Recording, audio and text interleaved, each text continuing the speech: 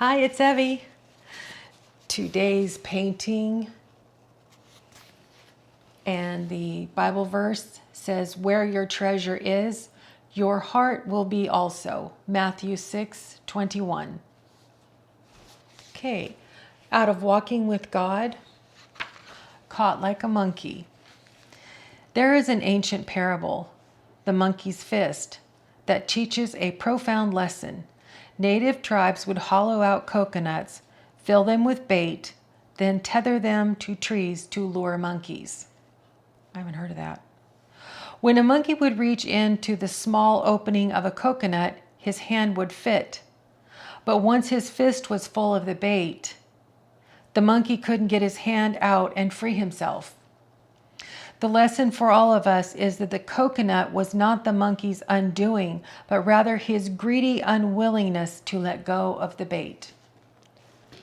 I know a lot of people like that. They clutch their material possessions so tightly in the attitude of their hearts that worry handicaps them, negatively impacting their faith, their family and friends, and their future. If only they would put God first, giving Him what belongs to Him, their time, talents, and treasures, then they could quit worrying about their future. If you are grasping something tightly right now, you're in a trap and you need to release your grip. There's not a better time to let go. Open your hands now. God has incredible gifts and resources for you, more than you could ever hold in your fists. God, who doesn't look at just what we give, He also looks at what we keep. Randy Alcorn. I said I had another story about my daughter when she was about the same age, 5-ish, and she had been to a friend's house and they watched a movie that she shouldn't have watched. It was one of those Chucky doll movies.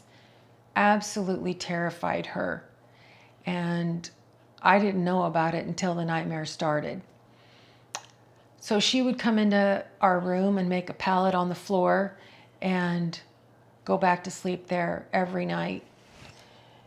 And after it wasn't getting any better, I told her, Sarah, if you pray to God to come to you, He will take your fear away and you'll be able to go back to sleep.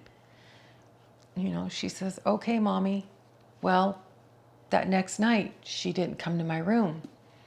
And she slept a little bit later than I did. And I'm walking back down the hallway. And she says, Mommy, it worked. And I looked in her room. Her door was open. And she's sitting straight up in bed, still under the covers. And I said, what worked? And she said, I prayed to God when I got scared. And He came to me. And I opened my covers. And He got in bed and slept with me. And I said, oh my goodness. No, I'm like, what did He look like? And she said, He was a big white circle with all the beautiful colors in the middle. And I just lifted my covers and He went in and I went right to sleep. Kids don't make that up. We don't pray hard enough, or we don't pray for the right things. January 12th, out of God's promises. So you shall serve the Lord your God, and He will bless your bread and your water. Exodus 23:25. You may find temporary satisfaction in things and people, but permanent, deep, full satisfaction of your very being is only found in a right relationship with God, for whom you were created. Not only is your being created for God, but your doing is created for God also. You and I were created for commitment to serve God. Anne Graham Lotz. That's it for today. Thank you for coming by, and I hope you come back tomorrow. Bye for now.